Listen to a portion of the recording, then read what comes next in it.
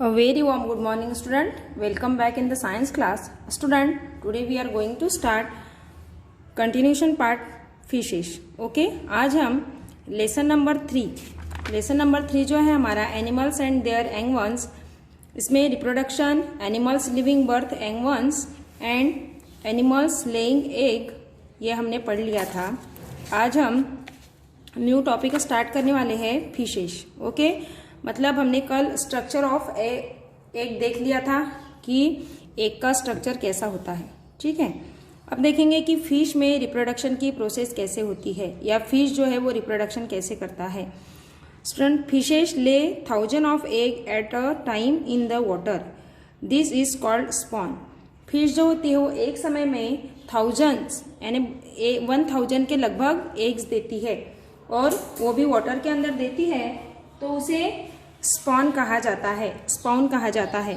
This egg do not have egg shells, they have a covering of jelly to protect them from water.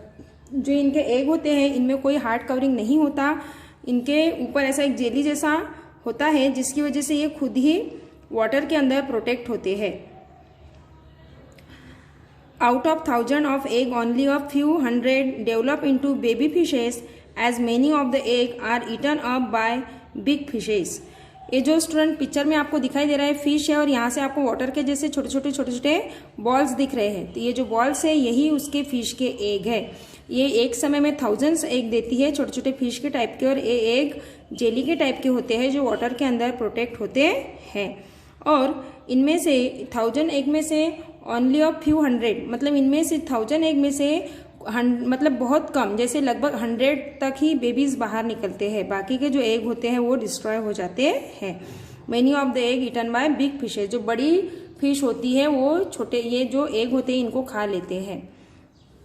Okay, फिर amazing fact है, a blue whale it's up to 3600 kg of small fishes each day for about 120 days. फिर next है frog. Student, frog जो है, frog में reproduction की process कैसे होती है। अब फ्रॉग्स जो होता है, फ्रॉग्स का ये लाइफ साइकिल है। अब इस लाइफ साइकिल में हमें बताया गया कि डिफरेंट स्टेज में फ्रॉग जो होती है वो कैसे रिप्रोडक्शन करती है। Frogs are amphibians. जो फ्रॉग्स होता है वो एम्फीबियंस होता है। ठीक है, एम्फीबियंस मतलब ये लैंड के ऊपर भी रहता है और वाटर में भी रहता है। They also lay eggs in water, but frog जो होता है वो अपने एग जो होता है वो वाटर के अंदर देती है। The eggs of frogs are also covered with a jelly like substance. जो फ्रॉग के एग्स होते हैं जैसे कि आपको दिखाई दे रहे हैं, ये भी मतलब इनके ऊपर एक ऐसा कवर होता है जो जेली के टाइप का होता है, jelly cover. The egg of the frog hatch into a tadpole. This tadpole look like a small fish and has a tail. जो फ्रॉग के एग्स होते हैं इसमें से, इन एग में से हैचिंग के बाद टेडपोल निकलता है, मतलब एकदम छोटा फिश निकलता है, जो छोटा टेडपोल निकलता है जो फिश के जैसा दिखाई देता है, और इसमें एक टेल होती है, मतलब एक पूंछ होती है, उसे टेडपोल कहा जाता है। मतलब फ्रॉग का जो न्यू बोर्न बेबी होता है उसे टेडपोल कहा जाता है। स्टूडेंट, आपके टेक्स्ट बुक में लाइफ साइकिल दिया है फ्रॉग का, तो ये फ्रॉग के एक से, ये एडल्ट फ्रॉग है। ठीक है, इस एडल्ट फ्रॉग ने छोटे छोटे ऐसे बहुत सारे एग्स यहाँ पर दिए हैं। ठीक है, वो वाटर के अंदर दिए हैं इस एग्स को। फिर क्या हुआ, ये जो एग थे इनमें से टेडपोल निकला। ठीक है, छोटा सा टेडपोल निकला, इसमें छोटी सी फिश होती है और ये सेम फिश के जैसा दिखाई देता है। ये देखो आपको दिख रहा है फिश के जैसा टेडपोल।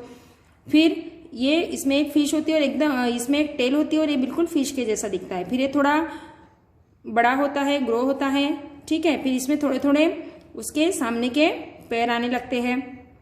फिर उसके बाद जब इसकी कंप्लीट एज हो, मतलब स्टेज हो जाती है, तो ये एडल्ट फ्रॉग बन जाता है। मतलब ये पूरा ऐसा एडल्ट फ्रॉग बन जाता है, इसमें टेल होती है। जब ये पूरा कंप्लीट हो जाता है तो उसकी टेल गायब हो जाती है। यह होता है फ्रॉग का लाइफ साइकिल। एडल्ट मतलब यहाँ से एग से स्टार्ट होगा, एग्स के बाद टेडपोल के बाद adult frog and adult frog. Okay, ये हो गया फ्रॉग में रिप्रोडक्शन। आपने फ्रॉग तो बहुत बार देखे हैं, ठीक है, बट फ्रॉग में रिप्रोडक्शन कैसे होता है ये हमें नहीं पता था, तो अब आज हमें वो पता चल गया, ठीक है। फिर नेक्स्ट है रेप्टाइल्स। ओके, अब रेप्टाइल्स मतलब क्या? रेप्टाइल्स मतलब ऐसे एनिमल्स जैसे कि like this snake, lizard, turtle, crocodiles, ये एनिमल होते हैं, इन्हें रेप्टाइल्स की क्लास में या रेप्टाइल्स की कैटेगरी में रखा गया है। अभी इसके पहले हमने देखा था बर्ड देखा, फिश देखा, अब रेप्टाइल्स वाले एनिमल्स देखेंगे कि इनमें रिप्रोडक्शन कैसे होता है। Reptiles like snakes, lizard, turtle, crocodile etcetera lay eggs on the ground.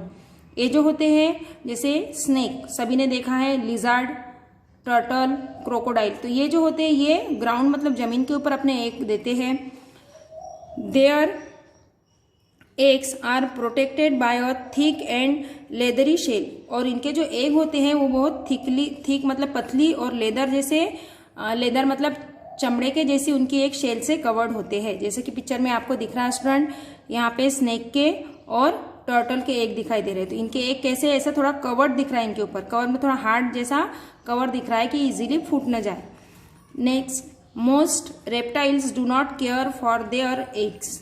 बहुत से रेप्टाइल्स ऐसे होते हैं जो अपने एग्स की केयर नहीं करते। After laying egg they go away and never come back. फिर बहुत से रेप्टाइल्स क्या होते हैं कि जैसे एक बार एग देने के बाद वो वहाँ उस जगह पर दोबारा आते नहीं और वो एग की कोई भी केयर नहीं करते, एग वहीं पर पड़े रहते हैं। The eggs are warm by the heat of the sun. फिर वो जो एग्स होते हैं इनको सन की हीट मिलती है और उससे वो उनमें हैचिंग होती है। Many of this egg are often eaten by other animals, और इनके जो एग्स होते हैं तो बहुत बार ऐसा होता है कि दूसरे एनिमल्स इनको खा लेते हैं। ये रेप्टाइल्स कैटेगरी, जैसे कि ये रेप्टाइल्स मतलब जमीन के ऊपर रेंगते हुए चलने वाले जितने भी एनिमल्स होते हैं उन्हें रेप्टाइल्स कैटेगरी में रखा गया है। जैसे लाइक दिस स्नेक हो गया, टर्टल हो गया, लिजार्ड हो गया, जो रेंगते हैं उन्हें रेप्टाइल्स कैटेगरी में रखा गया है। तो ये इनमें क्या होता है, एक बार अंडे देने के बाद ये दोबारा वापस उस जगह पर नहीं आते, और बहुत बार क्या होता है कि ये अपने अंडों की केयर नहीं करते, इसलिए दूसरे एनिमल्स होते हैं इनके एग को खा लेते हैं, और जो बचे कुछ एग होते हैं इसमें से न्यू स्पीशीज निकलती है।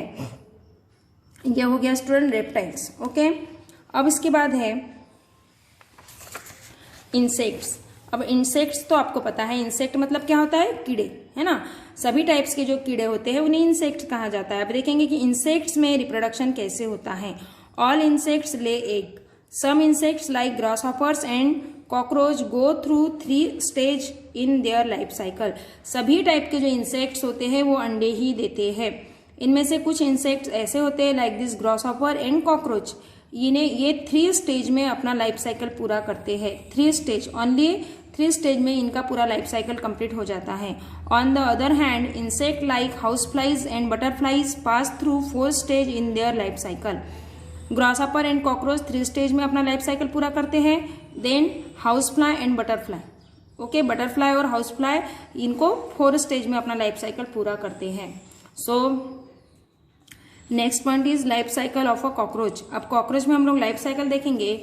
स्टूडेंट आपको ये पिक्चर में दिखाई दे रहा है, एग है, एग के बाद नीम्फ है और नीम्फ के बाद एडल्ट, मतलब 3 इसमें कॉकरोच का लाइफ साइकिल पूरा हो गया। पहले एग आता है, फिर एग के बाद एग में से ये छोटा कॉकरोच निकलता है, इसे नीम्फ कहा जाता है, और इसके बाद डायरेक्ट वो बड़ा हो जाता है। मतलब कॉकरोच को 3 इसमें ही उसका लाइफ साइकिल पूरा कंप्लीट हो जाता है। In cockroach, the baby cockroach coming out of the egg is very much similar to the adult one. It is called a nymph. At this stage, it does not have wings. As it grow, it shed old skin and grow a new one. This process of shedding old skin is called molting. After a number of molting, a nymph grow into an adult. क्या होता है कि cockroach में baby cockroach जो होता है वो अंडों में से बाहर निकलता है, ठीक है, और निकलते समय वो एडल्ट वन, इट कॉल्ड निम, जो मतलब वो निकलता है तो ये एकदम भी छोटा नहीं होता, थोड़ा एडल्ट टाइप का ही निकलता है, यानी एक के अंदर ही उसकी मतलब सभी पार्ट जो होते हैं उसके बॉडी के वो ग्रो हो जाते हैं।